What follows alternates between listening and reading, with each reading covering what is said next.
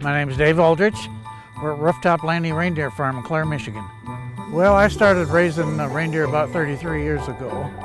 We had horses and goats and a lot of different livestock animals.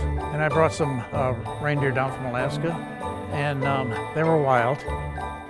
We learned how to train them, tame them down. And pretty soon we had like 35 of them out back.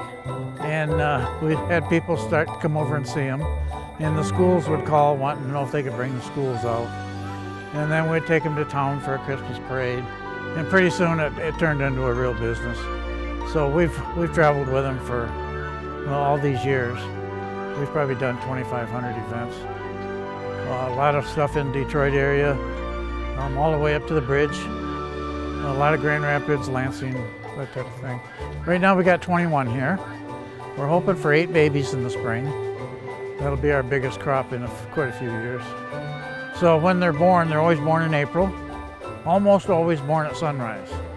So that's very unique, so we can be prepared for them. So next summer, people will be able to come to the farm and actually bottle feed the babies if they want. So one of the unique things is they're highly regulated, so we have to have 3 licenses actually, 1 federal, 2 state licenses to own them and display them to the public.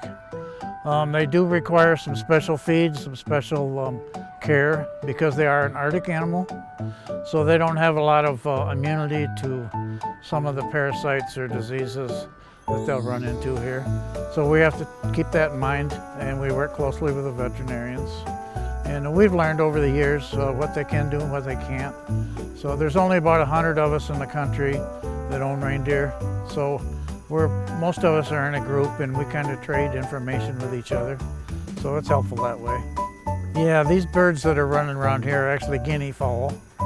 And they just run loose on the property. And what they're here for is to eat ticks. Now they'll eat any kind of bugs they run into, but ticks is what they really like. So they kind of keep the place cleaned up a little bit. They'll follow the reindeer around, and they'll even pick flies off their legs sometimes. So they get along real well with the reindeer. Well, we've got some many Scottish Highland cattle here. So everybody likes these Scottish Highlands that we have.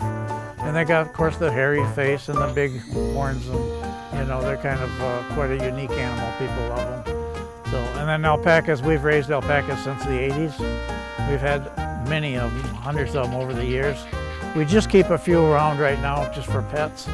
They get along good with the reindeer, so they're kind of a companion animal. And then, of course, we have the Grinch here for the kids to see, get their picture with. Santa's here every day. You can take your own photos with Santa Claus. He has a very nice setup in there. We've got a food wagon here now, so we provide hot dogs and things like that. A couple of gift shops. We have a candy cane maker here. His family's been making candy for over 90 years.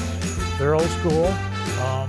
It's quite an event to watch and make those candy canes. It's all handmade, all old hand equipment, so it's pretty unique to see. I don't know of anybody else in Michigan that does it that way.